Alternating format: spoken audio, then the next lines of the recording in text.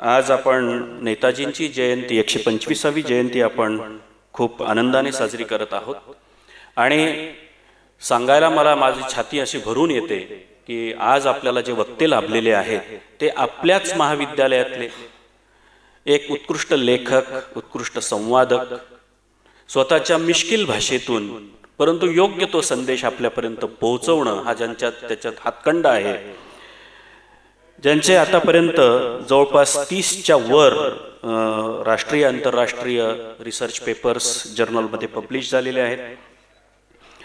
ते स्वतः MA, BEd, PhD, MPhil एवढे शिक्षित असून सामाजिक व शैक्षणिक क्षेत्रात सदोदित कार्यरत असतात।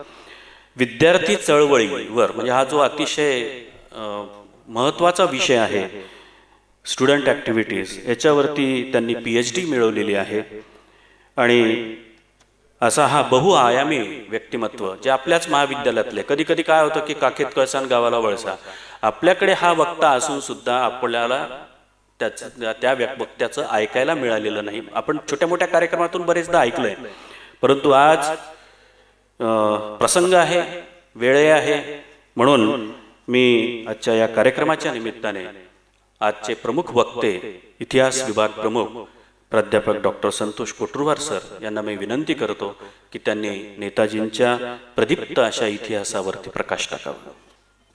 प्रस्तुत नेताजी सुभाषचंद्र बोस यांच्या जयंतीनिमित्त कार्यक्रमाचे अध्यक्ष तथा संस्थेचे अध्यक्ष, आमच्या सगळ्यांचे आधारस्तंभ आदरणीय बालासाहेब पांडे साहेबजी, तसेच नांदेडचे लोकप्रिय खासदार, वेळेअभावी ते आत्ताच पुढच्या कार्यक्रमाला गेलेत, ते लोकप्रिय खासदार आदरणीय प्रतापराव पाटील चिखलीकर, संस्थेचे कोषाध्यक्ष, आमच्या प्रत्येक कार्यक्रमाला उपस्थित राहून आमचा उत्साह वाढवतात असे आदरणीय कैलासचंद्र काला साहेब, संस्थेच्या सहसचिवा ॲडव्होकेट जोशी मॅडम, तसेच महाविद्यालयाचे प्राचार्य, आमचे मार्गदर्शक आदरणीय सुधीरजी शिवनीकर सर, तसेच अभिनव भारत शिक्षण संस्थेच्या सदस्य डॉक्टर भालेराव मॅडम, श्री माधवजी पांडे साहेब, तसेच कुलकर्णी साहेब, महाविद्यालयाचे उपप्राचार्य अजयजी संगेवार सर, पर्यवेक्षिका सौ कुरडे मॅडम माझ्या इतिहास विभागातीलच, MCVCचे प्रमुख माझे मित्र बाराळीकर सर, ज्यांचं खूप छान आपण आता स्वागत गीत ऐकलंय, ते आदरणीय ठावरे सर, माझ्या प्राध्यापक पदाच्या वाटचालीपर्यंतचे माझे 3 आधारस्तंभ doctor Manish Deshpande, doctor Girish Pande, doctor Gopalkrishna Sangvikar व उपस्थितांमध्ये डॉक्टर लवेकरजी, गणेशजी महाजन साहेब, महाविद्यालयाचे सेवानिवृत्त उपप्राचार्य आदरणीय गिरगावकर सर, साखरकर सर व सर्व व विशेषतः ज्यांच्या प्रभावाखाली मी घडलो, निदान 10 वर्ष मी सरांच्या महाविद्यालयात तासिका तत्वावर म्हणून मी काम केलंय, असे माझे गुरु गोंडवाना विद्यापीठाचे माजी कुलगुरू आदरणीय डॉक्टर NV कल्याणकर सर व उपस्थित सर्व महाविद्यालयातील वरिष्ठ व कनिष्ठ महाविद्यालयातील प्राध्यापक, प्राध्यापिका, बंधू भगिनींनो व कार्यालयीन सर्व कर्मचारी बंधू भगिनींनो, आज 125 वर्ष नेताजींची पूर्ण झालेली आहेत। 2022 126व्या जयंतीच्या निमित्त आपण सर्वजण इथे उपस्थित आहोत। वास्तविक पाहता मागच्याच वर्षी नेताजींच्या कार्यकर्तृत्वावर प्रकाश टाकण्याची संधी सूचना मला मिळणार होती, तसे मला देशपांडे सर बोलले सुद्धा होते। मी म्हणालो, सर आपण बाहेरच्या व्यक्तींना बोलू आणि जर कोणी काही अडचण सांगत असतील तर मी ऐनवेळी तयार आहे। माझ्यापेक्षा बाहेरचा थोडा योग्य राहील, कारण घर की मुलगी दाल के बराबर थोडा असं मला वाटलं। पण अध्यक्ष साहेबांचा, महाविद्यालयांचा, अभिनव भारत शिक्षण संस्थेचा मी खूप खूप आभारी आहे, कारण माझ्या आतापर्यंतच्या वाटचालीतला सर्वात भाग्यवान दिवस हा माझा आजचा आहे। कारण का स्वातंत्र्यवीर सावरकरांच्या विचाराने प्रेरित असलेल्या संस्थेमध्ये येऊन बोलणे, ज्यांच्या नावाने महाविद्यालय चालतं व ज्यांनी आयुष्याची 25 वर्ष मातृभूमीला परकीयांच्या बंधनातून मुक्त करण्यासाठी खर्च केले, त्या नेताजी महाविद्यालयात येऊन बोलणं व ज्या परिसरात मी बोलतोय त्या महाविद्यालयाच्या परिसराच्या इमारतीचं भूमिपूजन किंवा पायाभरणी शहीद भगतसिंगाच्या मातोश्रीने केले, त्या इमारतीवर उभं बोलणं ही काही सामान्य गोष्ट नाही, ही अतिशयाला भाग्य लागलं. तुम्ही म्हणाल 1972-73 पासून दरवर्षी जयंती होती, आतापर्यंत असे 50 भाग्यवान आहेत, त्यापैकी तुम्ही एक आहात. पण मी थोडा आनंदी आहे, सगळ्यांच्या तुलनेमध्ये माझं थोडं भाग्य जास्त आहे. कारण का सगळ्या देशामध्ये स्वातंत्र्याचा अमृत महोत्सवी साजरा होत असताना, महाविद्यालयाचं सुवर्ण महोत्सवी वर्ष असताना व येणाऱ्या 17 सप्टेंबर पासून मराठवाडा मुक्ती संग्रामाचं अमृत महोत्सवी सुरू होण्याच्या पार्श्वभूमीवर मला बोलण्याची संधी मिळत आहे. यासाठी मला माझ्या आयुष्यातला सर्वात छान दिवस वाटतो, मोठा दिवस वाटतो. यासाठी पुनश्च मी अभिनव भारत शिक्षण संस्थेचे अध्यक्ष व पदाधिकारी व महाविद्यालयाचे प्राचार्य यांचा मी खूप खूप आभारी आहे. साधारणतः राष्ट्रपुरुषांची जयंती करत असताना त्यांच्या कार्याचा गौरव करणे, त्यांचा सन्मान करणे, त्यांनी दाखवलेल्या मार्गावरून शक्य होईल तितकी वाटचाल करणे हे जयंतीच्या निमित्ताने अपेक्षित असतात. त्या अनुषंगाने नेताजी सुभाषचंद्र बोस यांनी जे मत मांडले, जे कार्य केले, जो मार्ग दाखवलाय, त्याबद्दल मी माझ्या भावना व्यक्त करणार. साधारणतः 23 जानेवारी 1897 ते 18 ऑगस्ट 1945 ही 48 वर्षांच्या आयुष्याची वाटचाल नेताजी सुभाषचंद्र बोस यांची आहे. 1897 ते 1945 या 48 वर्षातली 25 वर्ष नेताजी सुभाषचंद्र बोस यांनी इंग्रजासारख्या बलाढ्य सत्तेला नेस्तनाबूत करून आपल्या मातृभूमीला स्वातंत्र्य देण्यासाठी 25 वर्ष खर्च केलेत. आणि मला गौरव आणि आनंदाने सांगण्याची भावना येते की या 25 वर्षातला प्रत्येक दिवस, प्रत्येक क्षण नेताजींच्या कार्याचा आपल्याला काहीतरी संदेश देतोय, काहीतरी नवी दिशा दाखवतो, जो मार्ग दाखवतो, त्याचा विचार आज आपल्याला करायचा आहे. अतिशय रोमहर्षक आयुष्य आहे नेताजींचं. नेताजींचं कार्य फक्त आपल्या भारतातल्या लोकांपुरतं मर्यादित नाही. नेताजींचे विचार फक्त 32,87,263 चौरस किमीच्या 142 कोटी लोकांपुरते उपयोगाचे नाही. या पृथ्वी तलावर जो बंधनात आहे, जो गुलामगिरीत आहे, जो पारतंत्र्यामध्ये साम्राज्यवादाखाली दडपलेला आहे, अशा प्रत्येकाला मुक्तपणे स्वाभिमानाने जगण्याची शक्ती देण्याचं, ऊर्जा देण्याची, ताकद देण्याचे विचार सुभाषबाबूंच्या कार्याने कर्तृत्वात आहेत. मला दुःख वाटतं स्वातंत्र्योत्तर काळातील अभ्यासकाने इतर राष्ट्रप्रमुखांना जो न्याय दिलाय, इतर राष्ट्रप्रमुखांच्या बाबतीमध्ये जी लेखणी रिजविली, सुभाषबाबूंच्या बाबतीमध्ये लिहिताना थोडी कंजूसी केली.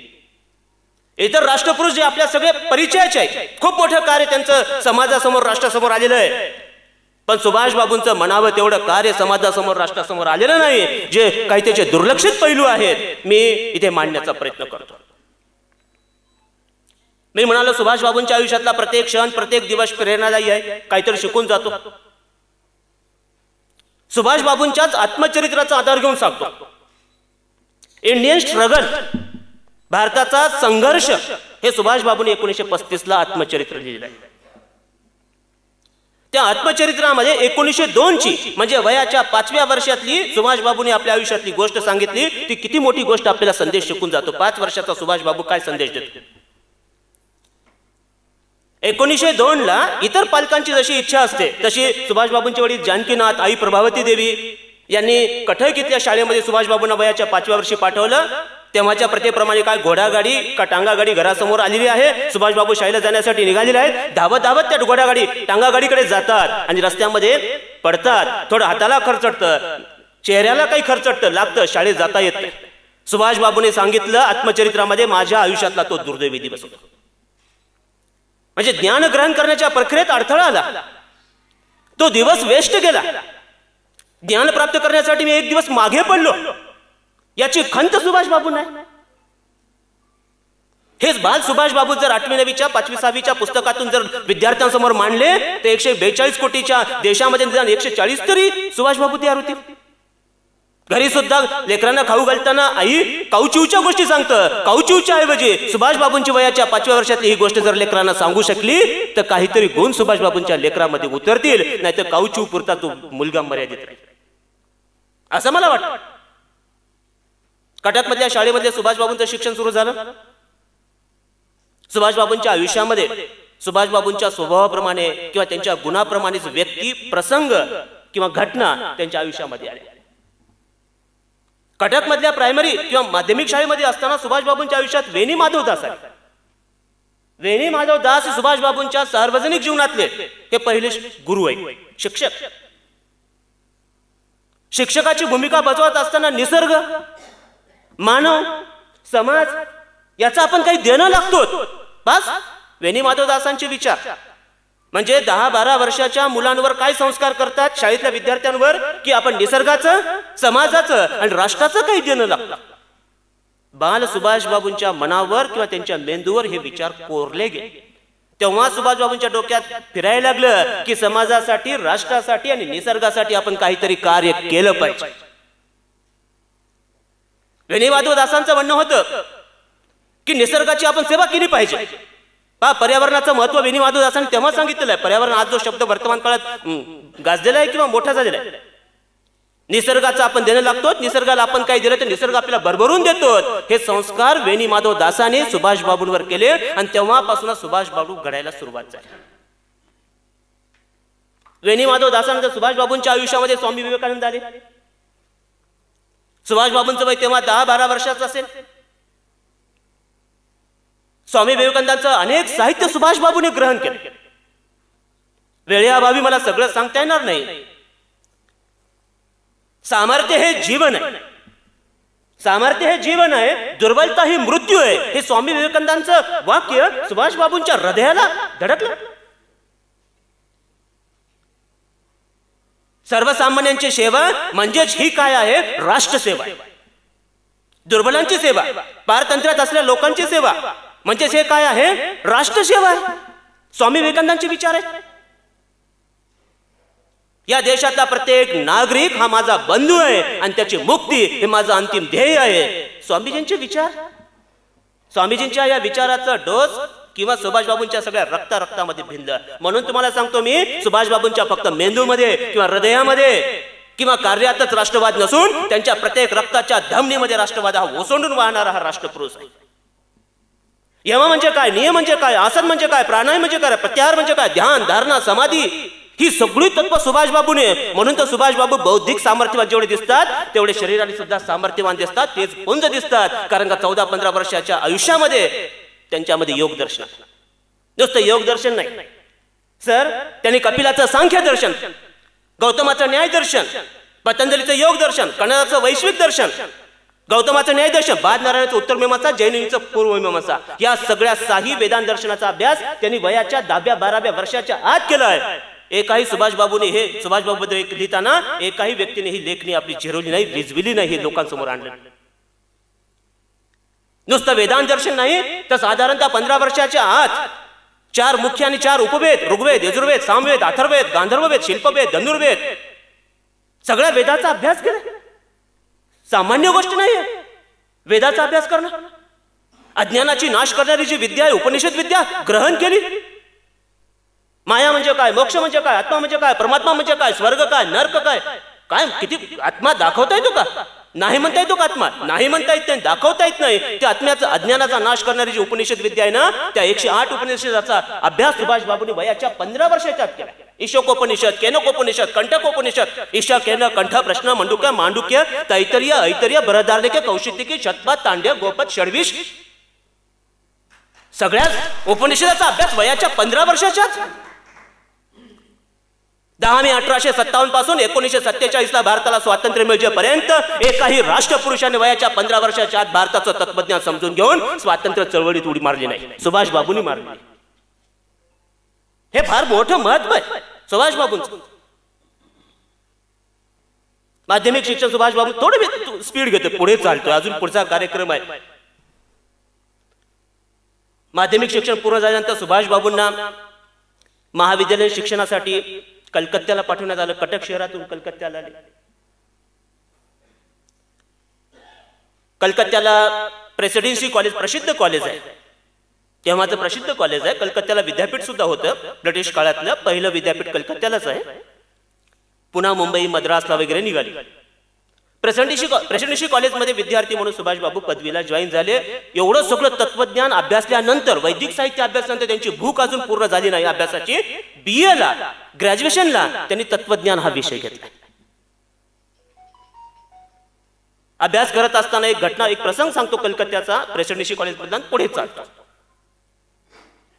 प्रेसिडेन्सी कॉलेजमध्ये प्राध्यापक ओटेन नावाचे ग्रस्त प्राध्यापक होते.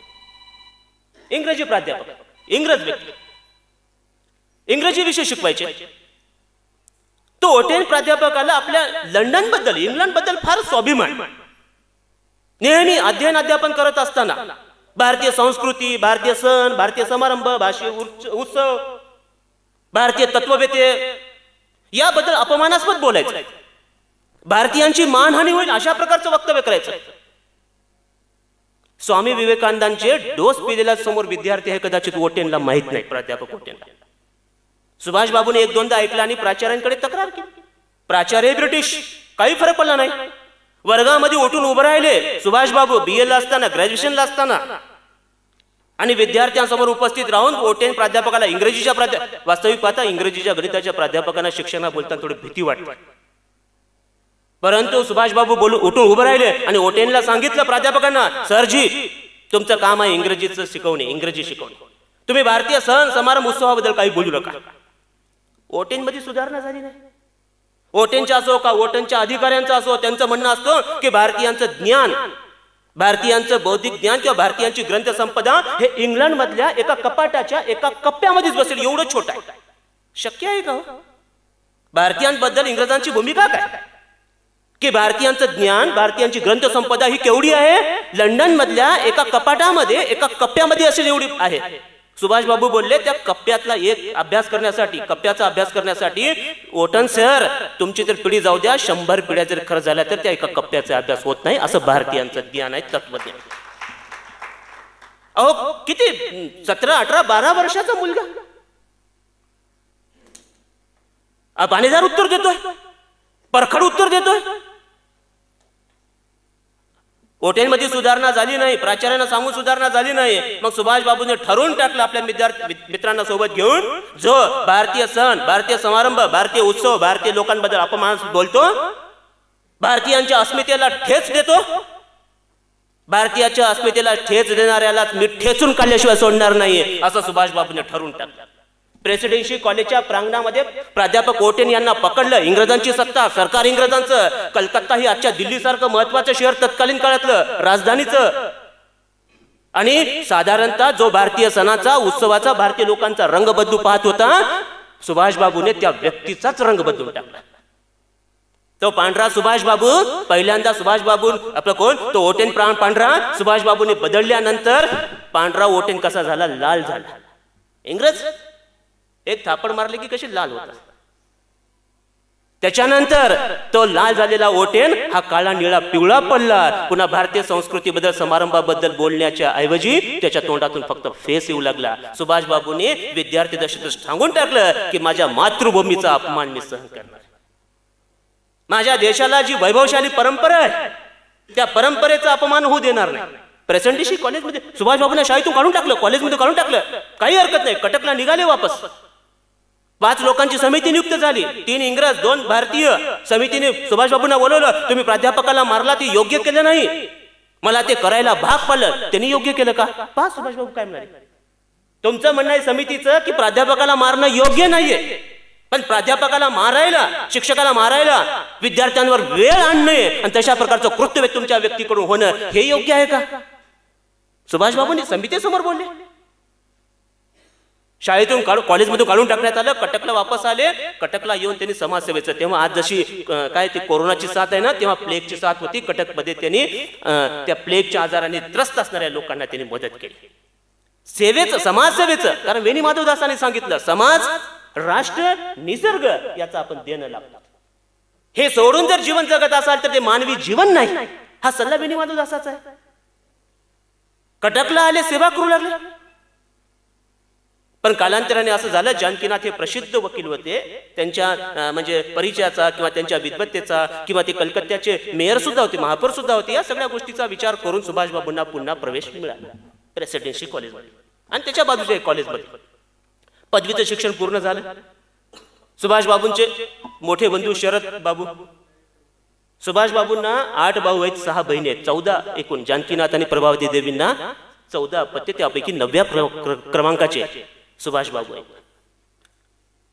पदवीचं शिक्षण पूर्ण झालं. शरद बाबूंनी आणि जानकीनाथांनी ठरवलं की आता काय करावं.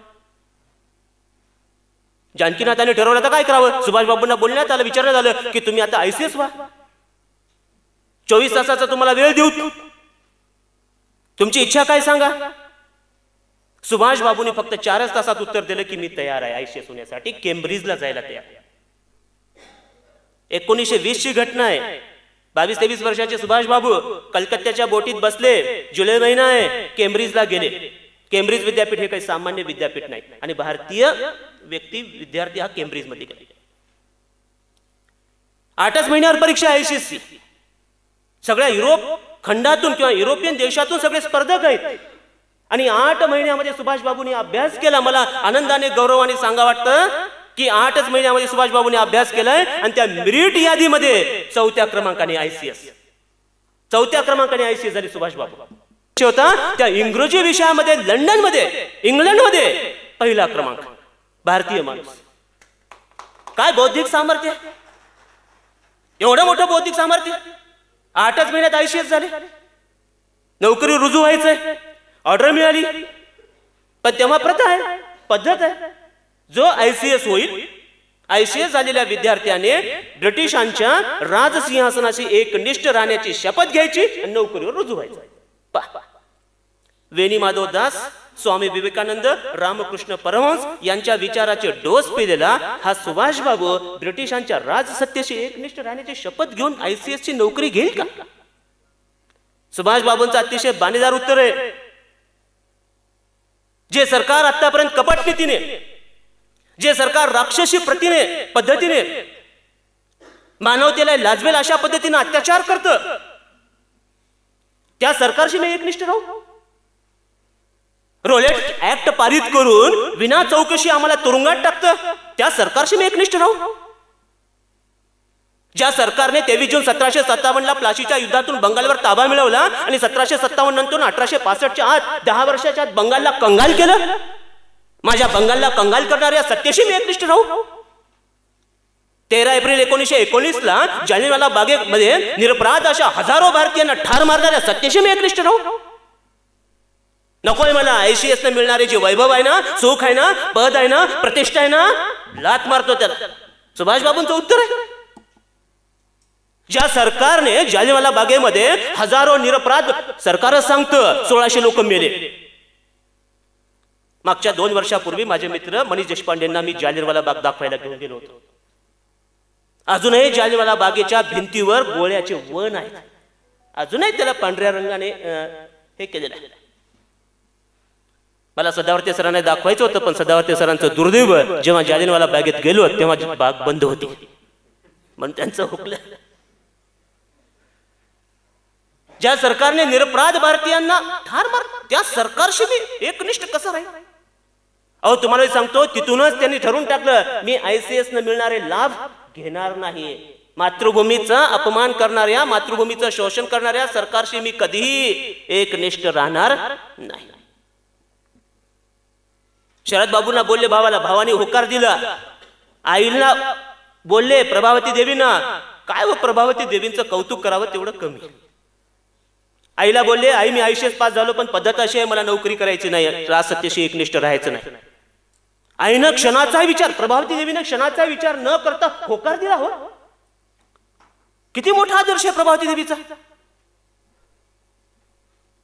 सर मी बाबानगरमध्ये राहतो, ट्युशनचं साम्राज्य आहे बाबानगरमध्ये. 35% मुलाला MBBS करण्यासाठी आई आज झटपट करते, परेशान होते. मुलाला 35% 40%, आणि त्याला करायचं का MBBS. कशासाठी? सत्तेसाठी, संपत्तीसाठी, प्रतिष्ठेसाठी. सुभाषबाबूंच्या देशामध्ये आणि एकीकडे प्रभावती देवी ICS झालेला मुलगा, सगळं सुख मिळतंय आणि तो नकार देतोय. आई क्षणाचाही विचार न करता होकार, ओके सुभाष बाबू काही हरकत नाही, तुम्ही निवडलेल्या मार्गाबद्दल मला स्वाभिमान आहे, प्रभावती देवीने म्हटलं. अहो भारताच्या सोडून द्या, जगाच्या इतिहासामध्ये अशी मातोश्री आई तुम्हाला भेटणार नाही. जशी आपल्या महाराष्ट्रामध्ये जिजाबाई या शिवरायांना घडवल्या, तशाच त्या पद्धतीने बंगालमध्ये प्रभावती देवीने सुभाष बाबूंना घडवलं. सुभाष बाबू आले भारतात परत, राष्ट्रसेवा करायचे, मातृसेवा करायचंय. 1920चा प्रसंग आहे. 1920चा विचार केला तर भारतामध्ये तेव्हा प्रभाव कोणाचा आहे? टिळक गेले होते 1 ऑगस्ट 1920ला. गांधीजींच्या नेतृत्वाखाली सगळं स्वातंत्र्य चळवळ वगैरे. सुभाष बाबूंना सूचना करण्यात आली, गांधीजीशी भेटा, तुम्हाला कार्य करायचंय, गांधीजीशी भेटा. 16 जुलै 1920ला गांधीजींची सुभाष बाबूंची पहिल्यांदा भेट झाली, मुंबईला मनी भवनला झाली. सुभाष बाबूंचे विचार तुम्हाला मी सांगितलं, गांधीजींचे विचार तर तुम्हाला सगळ्यांना माहितीच आहे. पहिल्याच भेटीमध्ये संवादामध्ये दोघा म्हणजे सुभाष बाबूंची निराशा झाली. गांधीजी म्हणाले आपण जनजागृती करू, आपण प्रभात फेरी काढू, आपण अर्ज देऊ, स्मरणपत्र देऊ, उपोषण करू. सुभाष बाबू म्हणतात की स्वातंत्र्याच्या देवतेला रक्ताचा नैवेद्य दाखवावा लागतो, तर स्वातंत्र्याची देवता प्रसन्न होते. रक्त सांडल्याशिवाय स्वातंत्र्य मिळणार नाही. इंग्रजांनी इथं काही अर्ज घेऊन आले होते का आम्हाला राज्य निर्माण करायचंय? स्मरणपत्र दिलं होतं का? बंगालच्या किंवा दिल्लीच्या रस्त्यावर प्रभात फेरी काढली होती का आम्हाला सत्ता गाजवायचंय? तलवारीच्या टोकाने त्यांनी ते राज्य निर्माण केलंय, तलवारीच्या टोकाने आणि बंदुकीच्या नोकानेच आपल्या इंग्रजांना हाकलून द्यावं लागेल. सुभाष बाबूंचे विचार आहे. स्मरणपत्र, प्रभात फेरी, अर्ज, विनंती, उपोषण, प्राणांतिक उपोषण नाही चाललं. पटलं नाही सुभाष बाबूंचं. गांधीजींचे सुभाष बाबूंचे वैचारिक मतभेद. पण मी एकच गोष्ट, वैचारिक मतभेद होते पण मनभेद मात्र दोघांचे बिलकुल नव्हते. गांधीजींबद्दल सुभाष बाबूंच्या मनात प्रचंड आदर आहे, मार्ग वेगळा आहे, कारण ध्येय दोघांचं एकच आहे, उद्दिष्ट एकच आहे. गांधीजींबद्दल सुभाष बाबूंच्या मनात आदर आहे आणि सुभाष बाबू बद्दल गांधीजींच्या मनात खूप आदर आहे. गांधीजींना राष्ट्रपिता पहिल्यांदा तर सुभाष बाबूच बोलले. गांधीजींना राष्ट्रपिता हा सन्मान कोणी दिला? नेताजीने दिला पहिल्यांदा. आणि सुभाष बाबूंना गांधीजी काय म्हणाले? हे देशभक्ताचे देशभक्त आहेत. नुसते सुभाष बाबू देशभक्त नाहीत तर या सगळ्या देशभक्ताचे देशभक्त आहेत सुभाष बाबू. गांधीजींचं स्टेटमेंट आहे, वाक्य. म्हणजे वैचारिक मतभेद आहेत मार्गावरून स्वातंत्र्य लढ्याच्या, पण मनभेद मात्र नाहीत. गांधीजींच्या प्रभावाखाली आपलं काही जास्त चालणार नाही सुभाष बाबू ओळखले आणि परत आपापल्या प्रांतात बंगालला गेले. बंगालमध्ये तेव्हा सगळ्यात श्रेष्ठ बंगालच्या स्वातंत्र्य महोत्सवातील किंवा स्वातंत्र्य दलातील मोठा आचार्य, मोठे महनीय व्यक्ती म्हणजे बॅरिस्टर चित्तरंजन दास. बंगालमध्ये बॅरिस्टर चित्तरंजन दासांची आणि सुभाष बाबूंची भेट मिळते जुळते विचार. बॅरिस्टर चित्तरंजन दास, अहो स्वातंत्र्याचा अमृत महोत्सवी वर्ष आहे, या सगळ्या व्यक्तिमत्वावर मला बोला वाटायलंय, परंतु वेळेची मर्यादा पाहता मी थोडं कंट्रोल करतो. बॅरिस्टर चित्तरंजन दास म्हणजे बंगालमध्ये एक निष्णांत पत्रकार, प्रखर राष्ट्रभक्त, श्रेष्ठ कायदे पंडित. मी जोशी मॅडमला सांगू इच्छितो, निष्णांत कायदे पंडित होते आणि त्यांनी त्या कायदे पंडिताचा नॉलेजचा उपयोग त्यांनी सगळा कशासाठी केलेला आहे? स्वातंत्र्य चळवळीमध्ये अडकलेले जे देशभक्त आहेत ना त्यांना तुरुंगातून मुक्त करण्यासाठी त्यांनी सगळी आपली वकिली किंवा वकिलीचं ज्ञान आहे ना खर्च केलंय. म्हणून स्वातंत्र्याच्या लढ्यामध्ये वकील मंडळीचं सुद्धा खूप मोठं योगदान आहे. बॅरिस्टर चित्तरंजन जेवढे क्रांतिकारक आहेत त्या क्रांतिकारकांना तुरुंगातून सोडण्यासाठी कोण काम केलंय? बॅरिस्टर चित्तरंजन. सगळी आपली संपत्ती राष्ट्राची. त्यांच्या पत्नी वासंती देवी राष्ट्रासाठी तुरुंगात गेल्या, त्यांच्यासोबत सुभाष बाबूंचं कार्य सुरू झालं. एकीकडे बंगालमध्ये हे कार्य, दुसरीकडे तुम्ही पहा 1920चा विचार. 1 ऑगस्ट 1920ला काय झालं? एकीकडे लोकमान्य टिळकांचं निधन झालं आणि योगायोगाने त्याच दिवशी भारतामध्ये गांधीजींनी एक चळवळ सुरू केली. ती चळवळ म्हणजे असहकार चळवळ. गांधीजींशी पटलं नाही तरीही बंगालमध्ये सुभाष बाबूंच्या मनाचा मोठेपणा पहा. असहकार चळवळीचे जेवढे कार्यक्रम आहेत ना तेवढे कार्यक्रम त्यांनी बंगालमध्ये कलकत्त्यामध्ये राबवले सुभाष बाबू. पण झालं काय? घटना घडली पहा उत्तर प्रदेशमध्ये गोरखपूर जिल्हा, चौरी चौरा गाव. 5 फेब्रुवारी 1922ची घटना. शांततेने एक मिरवणूक चालली. त्या मिरवणुकीला इंग्रजांनी थोडं टवचवलं. भारतीय लोक थोडे खळवळले आणि त्या इंग्रज पोलिसांवर हल्ला केला. ते पोलीस चौकीला जाळलं, मारून टाकलं. ते 17 पोलीस आणि 1 पोलीस अधिकारी मृत्यू पावला. गांधीजीला हिंसा झाली. चळवळ बंद. सुभाषबाबू काय बोलले? देशाचं दुर्दैव. अशा पद्धतीनं पोफावली इतकी मोठी झालेली चळवळ, ज्या चळवळीने इंग्रज सरकार संकटात आले आणि ती चळवळ तुम्ही अचानक थांबवता. देशाचं दुर्दैव. असहकार चळवळ निर्णय मागे घेणं, सुभाषबाबू बोलले देशाचं दुर्दैव आहे. तरी कार्य करू लागले. मग नेमकं तेव्हा प्रिन्स ऑफ वेल्स, इंग्लंडचा राजपुत्र भारतात येऊ लागला. मग असहकार चळवळ थांबली. ठीक आहे, पण कलकत्ता शहरामध्ये त्या प्रिन्स ऑफ वेल्सचं मी काही योग्य स्वागत करणार नाही, सुभाषबाबूंनी सांगून टाकलं. ज्या दिवशी प्रिन्स ऑफ वेल्स, इंग्लंडचा राजपुत्र भारतात आला ना, तेव्हा कलकत्ता बंद, पूर्ण हरताल. सगळीकडे निषेधाची कागदपत्र, कडकडीत बंद. म्हणजे त्या सरकार, ज्या सरकारने आमचं शोषण करतंय, आम्हाला पारतंत्र्यात टाकतंय, आम्हाला मानवतेप्रमाणे सन्मानाने जगू देत नाही, त्या सरकारच्या राजपुत्राचा आम्ही सन्मान काय करावा, स्वागत का म्हणून करावा? सुभाषबाबू बोलले 1921ला. अहो, सुभाषबाबूंचं तेव्हा 24 वर्ष वय. वयाच्या 24व्या वर्षी सुभाषबाबूंनी असं मत मांडले. बर, त्याच कालावधीमध्ये गांधीजींना जेव्हा भेटले किंवा त्यावेळेस सुभाषबाबूने फार काँग्रेस राष्ट्रीय सभेबद्दल प्रखर मत व्यक्त केले. गांधीजी म्हणजे असहकार चळवळ करायची, काय प्रभात फेरी काढायची. सुभाषबाबूंनी ते सगळं ऐकलं. सुभाषबाबू काय म्हणाले की आपण राष्ट्रीय सभेचं एक कायम भवन असावं, काँग्रेसचं एक भवन असावं. दर 3 महिन्याला काँग्रेसचे राष्ट्रीय सभेचे पदाधिकारी एकत्र यावेत. कम्युनिकेशनची साधनं नाहीत, दळवण्याची साधनं परकीयांच्या ताब्यात आहेत, शत्रू पक्षाच्या ताब्यात आहेत. तरी सुभाषबाबू म्हणतात की दर 2 महिन्याला 3 महिने आपण एकत्र यावं, पुढील कार्याची दिशा ठरवावी. राष्ट्रीय सभेमध्ये जसे पुरुष आहेत ना, तसं महिलांना संधी द्यावी, महिलांनाही वाटा द्यावा. राष्ट्रीय सभेचे अध्यक्ष निवडत असताना जसं पुरुषांना मतदानाचा अधिकार आहे ना, तसा महिलांना द्यावा, सुभाषबाबू बोलले. अहो, सुभाषबाबूंचा महिलाविषयक दृष्टिकोन इतका स्पष्ट आहे, त्यावरही अजून प्रकाश पडला नाही. भारताच्या स्वातंत्र्य चळवळीपासून महिलांना अलिप्त ठेवून तुम्ही काय फक्त पुरुषांना स्वातंत्र्य मिळवून देणार आहात का? त्या स्वातंत्र्याची फळं महिलांपर्यंत पोहोचायला नकोत का? स्वातंत्र्य कसं मिळाले हे महिलांना समजायला नको का?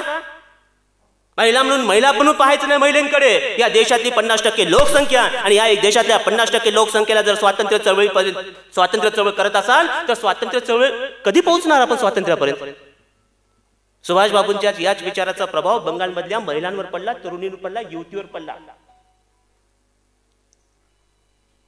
अहो, शांती घोष, सुनीती चौधरी, मला सांगायला खूप आनंद वाटतो. शांती घोष, सुनीती चौधरी 8व्या 9व्या वर्गातल्या शाळकरी विद्यार्थिनी कलकत्त्याच्या, आणि कलकत्त्याच्या न्यायाधीशाला त्यांनी रस्त्यामध्ये पकडलं, ठेचून मारलं. शांती घोष, सुनीती चौधरी. वीणा दास नावाच्या पदवीची विद्यार्थिनी, कलकत्ता विद्यापीठाची कॉन्व्होकेशनचा कार्यक्रम चालू होता, पदवी विधान. बंगालचा गव्हर्नर उपस्थित होता. पदवी घ्यायला वीणा दास आली आणि येते तर हातात पिस्तूल घेऊन आली आणि बंगालच्या गव्हर्नरला व्यासपीठावर ठार मारली. कुठून आली वीणा दासला ही हिंमत? कुठून आली शांती चौधरीला ही हिंमत? शांती घोष, सुनीती चौधरीला ही हिंमत, ही ऊर्जा, ही ताकद सुभाषबाबूंची. एवढं मोठं त्यांनी संघटन केलं. अहो, याही पलीकडे सुभाषबाबू नेहमी म्हणायचे काँग्रेसकडे एक बुद्धिमानांचा, राष्ट्रीय सभेकडे एक बुद्धिमंतांचा गट असावा. बुद्धिमानाचा एक राष्ट्रीय सभा चालवण्यासाठी, काँग्रेस चालवण्यासाठी बुद्धिमंतांचा गट असावा, असं सुभाषबाबूंचं म्हणणं 1921. मला वाटतं सुभाषबाबूंना काय भविष्य कळते की काय? कारण पुढच्या 100 वर्षांचं काँग्रेसचं काय होईल बुद्धिवंताचा गट नसेल तर? असं 1921ला सुभाषबाबूला कुठं कळालं होतं काय? कारण 2021 मध्ये काँग्रेस पाहिली. बुद्धिवंतांचा एक गट असला पाहिजे तरच पक्ष, नेतृत्व, विधायक व्यवस्थित चालतं. 1921ला सुभाषबाबू म्हणाले. हे सुभाषबाबूंचे विचार आहेत. अहो, आपण रॉयवाद अभ्यासतो, मार्क्सवाद अभ्यासतो, स्टॅलिनवाद अभ्यासतो, नाझीवाद, फॅशिस्टवाद, नेहरूवाद, गांधी. सुभाषवाद का अभ्यासत नाही? का नाही सुभाषवाद? का प्रखर राष्ट्रभक्ती नको तरुणांना? का सक्षम राष्ट्राची उभारणी नको? यासाठी सुभाषबाबूंच्या विचाराची, त्यांच्या कर्तृत्वाची गरज आहे. सुभाषबाबूंनी प्रिन्स ऑफ वेल्सचा निषेध करण्यासाठी कलकत्ता बंद केलं. सुभाषबाबूंना अटक झाली. पहिल्यांदा अटक 1921ला. आणि अशी 11 वेळा अटक झाली सुभाषबाबूंना. मातृभूमीला पारतंत्र्यातून मुक्त करण्यासाठी सुभाषबाबूंनी किती वर्ष तुरुंगवास, किती वेळा तुरुंगवास भोगलाय? 11 वेळा तुरुंगवास भोगलाय, 11 वेळा. आणि 25 वर्षातच 1920 पासून ते कार्याला सुरुवात आहे. 18 ऑगस्ट 1945 ला तर ते विमान घटनेत संपले. 25 वर्षामध्ये 11 वेळा तुरुंगवासात गेलेले सुभाषबाबू आहेत. 1923 ला तुरुंगातून बाहेर आले. कलकत्त्याला नगरपालिकेच्या निवडणुका झाल्या. कलकत्ता नगरपालिकाचे ते CEO झाले, आयुक्त म्हणून काम, प्रशासकीय सेवेत. बॅरिस्टर चित्तरंजन दास महापौर आणि आयुक्त म्हणून कोण? सुभाषबाबू. CO म्हणून टेबलवर बसल्यानंतर पहिल्यांदा त्यांनी कोणतं जर काम केलं असेल तर कलकत्ता शहरातले जे प्रमुख मार्ग आहेत ना, त्या प्रमुख मार्गाला भारतीयांची नावं नव्हती. त्या सगळ्या मार्गाची नावं इंग्रज, ब्रिटिश. कलकत्ता शहरातल्या प्रत्येक मार्गाला भारतीय महापुरुषांचं, भारतीय नदीचं, भारतीय पर्वताचं त्यांनी नाव दिलं.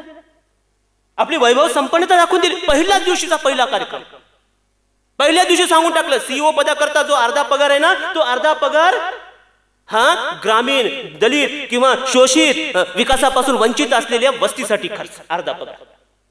दूध मोफत, अन्न मोफत, खादीचा प्रसार. कलकत्ता महानगरपालिकेतल्या प्रत्येक कर्मचाऱ्याने वेशभूषित आलं पाहिजे. 1922-23 ला पहा सुभाषबाबूंचे विचार, शिस्त. अनेक गोष्टी आहेत त्या CEO पदाच्या. थोडं पुढे चालतो मी, प्रत्येक एक मी तुम्हाला आधीच म्हणालो, सुभाषबाबूंच्या 25 वर्षाच्या आयुष्यातला प्रत्येक दिवस, प्रत्येक क्षण हे काहीतरी संदेश देऊन जातो. मग ते विद्यार्थी दशेतले सुभाषबाबू सांगितलं मी तुम्हाला, गांधीजीशी भेटलेले सुभाषबाबू सांगितलं, CEO असणारे सुभाषबाबू सांगितलं, प्रिन्स ऑफ वेल्सला निषेध करणारे सुभाषबाबू सांगितलं. आता थोडं पुढे चालतं. 1924 ते 1927 तीन वर्ष सुभाषबाबूंना पुन्हा तुरुंगात. 23 ला बाहेर आले, 6 महिने तुरुंगात राहून परत तुरुंगामध्ये. 3 वर्ष तुरुंगात राहिले. कोणता तुरुंग? मंडालेचा. जाणीवपूर्वक, मुद्दाम. मंडाले म्हणजे ब्रह्मदेशामध्ये, आजचा म्यानमार. तुरुंगात न्यायाधीशाने सांगितलं शिक्षा, मंडालेच्या तुरुंगात शिक्षा. सुभाषबाबूंना आनंद झाला, न्यायाधीशांचे आभार मानले. ज्या मंडालेच्या तुरुंगामध्ये लोकमान्य टिळक होते, 8 वर्ष शिक्षा भोगली, त्या तुरुंगात मला पाठवत आहे, ही माझ्यासाठी शिक्षा नाही, हा माझा गौरव आहे. सुभाषबाबू बोलले 1924 ला, मंडालेत पाठवता, तुम्ही माझा सन्मान करताय, गौरव करताय, असं सुभाषबाबू बोलले. अहो त्यानंतर सुभाषबाबूंनी काय केलं? मंडालेच्या तुरुंगात राहून कर्मयोगावर लोकमान्य टिळकांनी जसा गीता रहस्य ग्रंथ लिहिलाय, तसा सुभाषबाबू धर्म, तत्वज्ञान, संस्कृती, पर्यटन, जल व्यवस्थापन, कायदेसंहिता, तुरुंग प्रशासन, तुरुंग सुधार, इतक्या सगळ्या विषयाचा सखोल अभ्यास. पहा, वैदिक साहित्य अभ्यासलं, तत्वज्ञानाचं, पाश्चात्य तत्वज्ञान अभ्यासलं ग्रॅज्युएशनला, आणि आता ह्या सगळ्या गोष्टीचा अभ्यास केलाय. आणि तुरुंग अतिशय दैनावस्थेत आलेला. ग्रामीण भागात आपण पाहिलाच ते लाकडी खिलचण असतं, माती गळायला लागली, खालची जमीन उखळलेली आहे, भिंतीच्या सगळ्या खपल्या पडायला लागल्या, बाहेर गवत आहे, आणि तुरुंग अधिकारी अतिशय क्रूर. आणि अशा परिस्थितीत 3 वर्ष सुभाषबाबूंनी काढले आणि मुद्दाम मंडालीत पाठवला जात होता. स्वातंत्र्य चळवळीमध्ये ज्या राष्ट्रपुरुषांकडून इंग्लंडच्या पार्लमेंटला धोका आहे, त्या राष्ट्रपुरुषाला मंडालेमध्ये पाठवण्याचं काम कोण? ब्रिटिश सरकार, कपट नीती सरकार करत होतं. कारण लोकमान्य टिळकांना 8 वर्ष तुरुंगात ठेवलं म्हणून लोकमान्य टिळकांचं 10 वर्ष आयुष्य कमी झालं. अशा तुरुंगात ठेवलं. अहो 23 जुलै 1856 ला जन्मलेले लोकमान्य टिळक 1 ऑगस्ट 1920 ला वयाच्या 64व्या वर्षी गेले. जर मंडालेत राहिले नसते, दुसऱ्या तुरुंगात राहिले असतात तर 74-75 वयापर्यंत सुद्धा कोण? टिळक आहे. मुद्दाम आयुष्य कमी करण्यासाठी, आजार होण्यासाठी. टिळकाने आजार झाला, सुभाषबाबूंना निमोनिया झाला. बाहेर आले सुभाषबाबू 1927 ला. तुरुंगात 3 वर्ष राहून बाहेर आलेला माणूस पहा, 27 ला बाहेर आले, मंडालीहून निघाले, कलकत्त्याला आले. आल्यानंतर दुसऱ्या दिवशी इंग्रज सरकारच्या निदर्शनाला कलकत्त्याच्या मुख्य रस्त्यावर 1927 ला एक कमिशन पाठवलं इंग्रजांनी भारतात, सायमन कमिशन. अहो ज्या 7 लोकांच्या कमिशन मध्ये एकही भारतीय नाही, त्या कमिशनची आम्ही चर्चा करणार नाही. ज्या कमिशन मध्ये 7 लोक इंग्रज, त्या इंग्रजांना आमचे दुःख, आमच्या समस्या, आमच्या अडचणी, आमचे प्रश्न काय समजणार आहे? काँग्रेसनं सांगितलं सायमन गो बॅक, सुभाषबाबूंनी सांगितलं सायमन येऊच नका, तुम्ही आल्यावर जा परत. राष्ट्रीय सभा म्हणते, सुभाषबाबू म्हणतात लंडन मधून तुम्ही येऊच नका म्हणतात, तिकडेच थांबा, काही चर्चा करायचं नाही. कलकत्ता शहराच्या वेशीमध्ये तुम्हाला पाऊल ठेवू देणार नाही. कलकत्ता शहरामध्ये सायमन कमिशनला येऊ दिलं नाही, निदर्शनं झाले, लालाजीवर लाठी हल्ला झाला. लाहोरला लाला लजपतरायने निदर्शनं केली, लालाजीवर अधिकारी सॉन्डर्स नावाच्या अधिकाऱ्याने हल्ला केला. लालाजी बोलले तेव्हा तुम्हाला माहित असेल लाला लजपतरायचं वाक्य, तेव्हा सुभाष बाबूंना पुन्हा म्हणजे असं मेंदूला हृदयाला भिनलं की लालाजीच्या मृत्यूची म्हणजे बदला घेण्याचं सुभाष बाबूंनी ठरवलं. लालाजीने सांगितलं इंग्रजांनो, ब्रिटिशांनो, तुम्ही माझ्या छातीवर जे लाठीचे घाव करताना ते लालाजीच्या छातीवरले लाठीचे घाव नसून ब्रिटिशांच्या शवपेटीवर ठोकले जाणारे खिळे आहे. लालाजीचं वाक्य. तुम्हाला वाटत असेल की लाला लजपतरायच्या छातीवर लाठीचे घाव घालतात, नाहीत लालाजीवरले.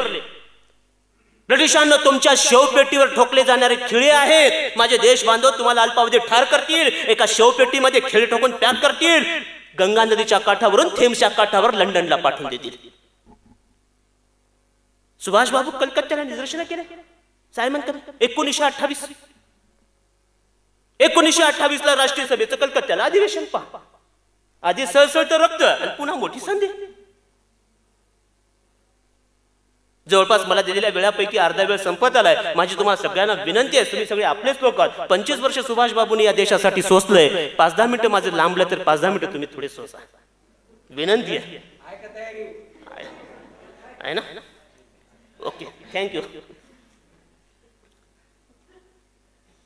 वाकोडकर मॅडमची मी माफी मागतो, कारण त्यांच्या चेहऱ्यावर भाव बघता एक कोटरवर कशाला म्हणजे वाढवायला. 1928 चा प्रसंग आहे. कलकत्त्याला राष्ट्रीय सभेचं अधिवेशन आहे. मोतीलाल नेहरू अध्यक्ष आहेत, सुभाष बाबू स्वागत अध्यक्ष आहेत.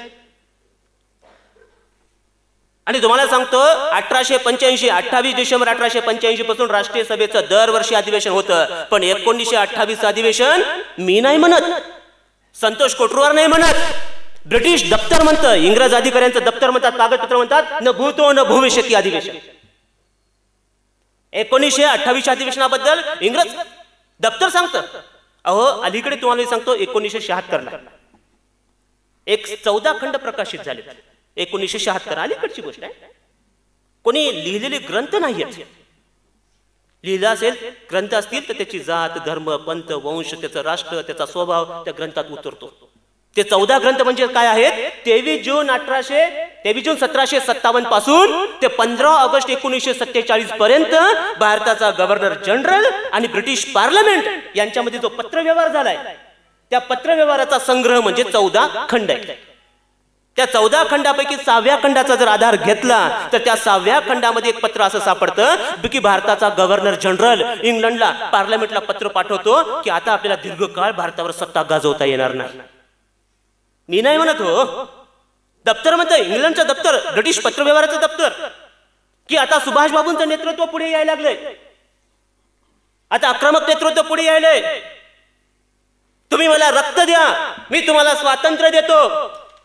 स्वातंत्र्याच्या देवतेला रक्ताचा नैवेद्य दाखवावा लागतो. रक्त सांडल्याशिवाय स्वातंत्र्य मिळत नाही, मातृभूमी मुक्त होत नाही, असं जहालपणे बोलणारा व्यक्ती पुढे यायला लागलाय. त्या 14 खंडापैकी 6व्या खंडातला पत्रव्यवहार असा आहे, भारताचा गव्हर्नर जनरल आणि ब्रिटिश पार्लमेंट. का नाही असं पुढे येत नाही हो? 7वीच्या पुस्तकात नाही, 12वीच्या नाही, BAच्या नाही, MAच्या नाही. का सुभाष बाबूंना दूर ठेवण्यात आले?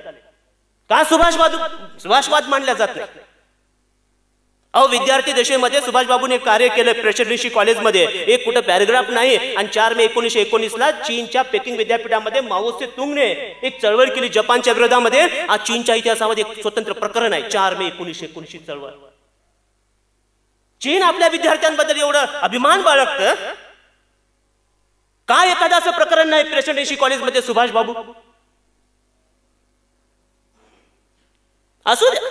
1928 ला कलकत्त्याला अधिवेशन आहे. मोतीलाल नेहरू काय अध्यक्ष आहेत, सुभाष बाबू स्वागत अध्यक्ष आहेत. न भूतो न भविष्यती अशा प्रकारचा शेर आहे ब्रिटिश दप्तरांचा. सुभाष बाबूने 1928 ला 2000 तरुणांना संघटित केलं. गणवेश, शस्त्र आणि कलकत्त्याच्या शहराच्या मुख्य रस्त्यावरून परेड. हादरले ब्रिटिश.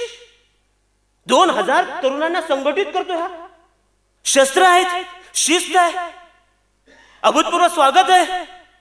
अहो ह्याची आहे पुढचं सांगतो. स्वागत अध्यक्ष म्हणून सुभाष बाबू बोलायला उभे राहिले ना 1928च्या अधिवेशनामध्ये. सगळेजण काळजीपूर्वक ऐका. 1928च्या अधिवेशनामध्ये सुभाष बाबूने एक ठराव आणला आणि तो ठराव म्हणजे कोणता? पूर्ण स्वातंत्र्याचा.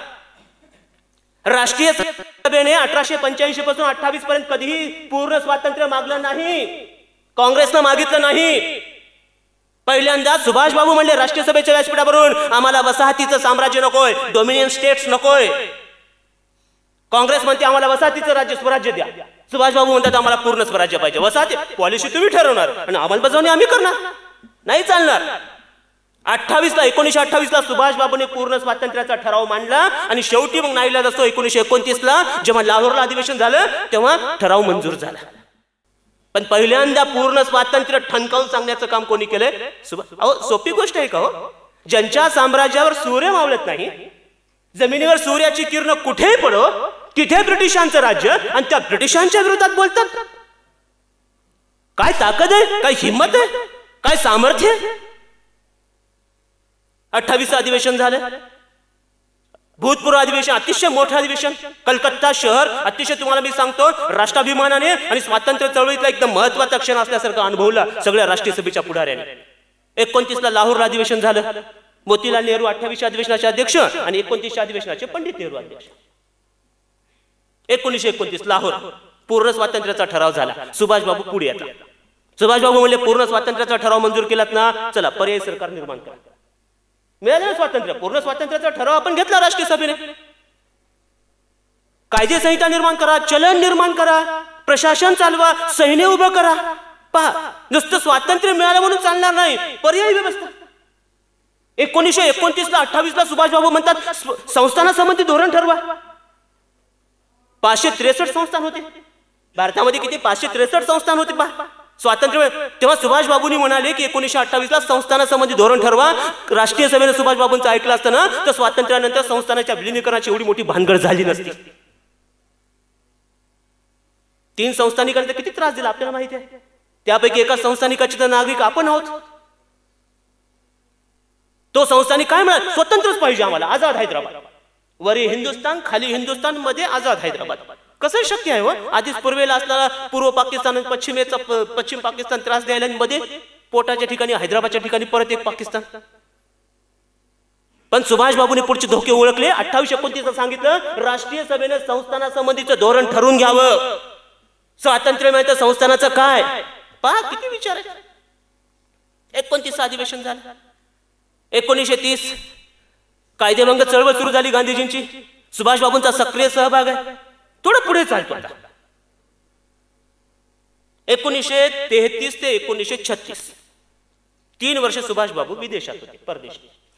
तब्येत पुन्हा निमोनियाचा आजार, खूप आजाराचा विषय निघाला की मी परत डॉक्टर लोहेकर साहेबांकडे पाहायला लागलो.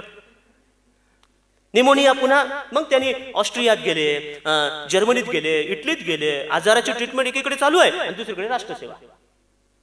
इटली असेल, जर्मनी असेल किंवा ऑस्ट्रिया असेल, तिथल्या राष्ट्रप्रमुख अशी बोलू लागले. या विदेशाच्या प्रवासामध्ये सुभाष बाबूंच्या आयुष्यातली एक कौटुंबिक चांगली बाब घडली. सुभाष बाबूंचा विवाह 1934ला झाला. एका ऑस्ट्रियन कन्येशी, एमिली नावाचं मुलीशी. पशुवैद्यकीय डॉक्टर होती, सुभाष बाबूंची सहाय्यक होती.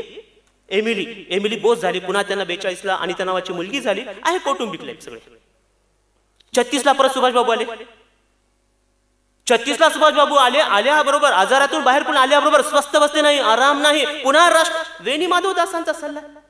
10व्या वर्षातला राष्ट्रसेवा, समाजसेवा आणि निसर्ग सेवा. अहो 16व्या 17व्या वर्षी जे सुभाष बाबूंनी शपथ घेतली ना, 45ला विमान अपघातापर्यंत ती शपथ टिकवली. पहा शपथ टिकवणारे, शपथ घेणारे तर खूप असतात, पण शेवटच्या श्वासापर्यंत शपथ टिकवणारे बोटावर मोजण्या इतकेच असतात. मी तुम्हाला म्हणालो मराठवाडा मुक्ती संग्रामाचा आता अमृत महोत्सव वर्ष सुरू होणार आहे. त्या अनुषंगाने थोडं आपण एकाचं स्मरण करू. शपथेचा विषय निघाला म्हणून. स्वामी रामानंद तीर्थ हैदराबाद मुक्ती संग्रामाचे सेनानी. व्यंकटेश भगवान कुलकर्णी, खेडगीकर त्यांचं आडनाव. सोलापूरला शिकायला होते. नॉर्थ कोर्ट हायस्कूलमध्ये. नाबर नावाचा शिक्षक होता. टिळकांच्या सभेला जाऊन म्हणून गणिताची परीक्षा ठेवला. 3 तासाचा पेपर 1.5 तासात सोडवले आणि स्वामीजी सभेला गेले. टिळकांचे विचार तोच ऐकले.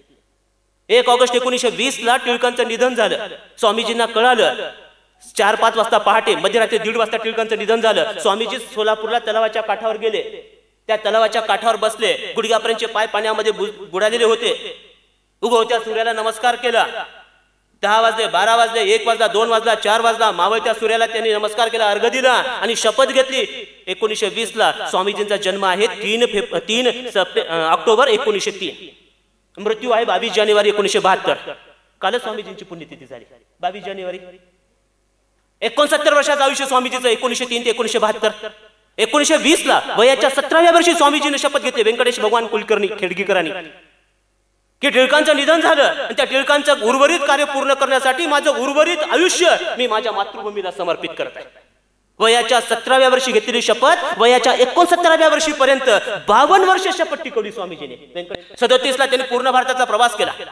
1938ला राष्ट्रीय सभेचे अध्यक्ष झाले. सुभाष बाबू राष्ट्रीय सभेचे अध्यक्ष 2दा झाले. 1938 स्वागत अध्यक्ष 28ला होते. आता अध्यक्ष 1938ला हरिपुराला काँग्रेस राष्ट्रीय सभेचं अधिवेशन झालं अध्यक्ष आणि 1939ला त्रिपुरा म्हणजे ते त्रिपुरा नाही बरं, हे त्रिपुरी कुठे आहे मध्य प्रदेशमध्ये आणि हरिपुरा गुजरातमध्ये. 1938ला अध्यक्ष झाले. आजारातून बाहेर आलेले आहेत. दीर्घ भाषण त्यांनी तयारी केली, मुद्दे मांडले. हरिपुऱ्याला गेले. हरिपुऱ्यातल्या लोकांचा उत्साह वाढला की कोण आहेत सुभाष बाबू, कसे बोलतात, कसे दिसतात, कसे चालतात. रस्त्याच्या दुतर्फा फार मोठी रांग आहे, हजारो जनसमुदाय आलेला आहे हरिपुऱ्याला. सुभाष बाबू हरिपुऱ्यात पोहोचले. मिरवणूक निघाली. 20 पांढऱ्या शुभ्र बैल जोडीने एका टांग्यातून त्यांची मिरवणूक निघाली मोठी. सगळीकडे जयघोष चालू आहे. अक्षरशः हरिपुरा शहरामध्ये दिवाळीचा सण साजरा होतो असा प्रसंग आहे.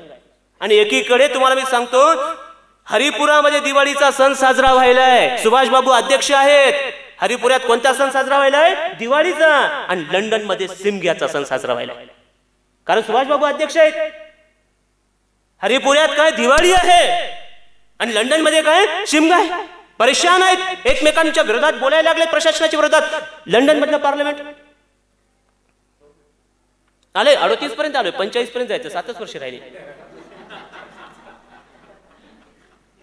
स्वागत झालं, जंगी स्वागत झालं. सुभाष बाबू ध्वजवंदनासाठी आले. ध्वजवंदन केलं सुभाष बाबूंनी. काय बोलले सुभाष बाबू? ध्वजवंदन केल्यानंतर अध्यक्ष या नात्याने 5 शब्द काय? यापुढे इंग्लंडच काय जगातली कोणतीच शक्ती भारतीयांना पारतंत्र्यामध्ये गुलामगिरीमध्ये दडपणाखाली ठेवू शकणार नाही. अहो एवढं वाक्य बोलणं म्हणजे तुरुंगात जाणे. स्वातंत्र्य हे शब्द बोलताच येत नव्हतं आणि ते काय म्हणतात इंग्रजच काय जगातली कोणतीच शक्ती भारतीयांना आता गुलामगिरीमध्ये पारतंत्र्यामध्ये ठेवू शकत नाही. आम्ही आता सामर्थ्यवान व्हायलो.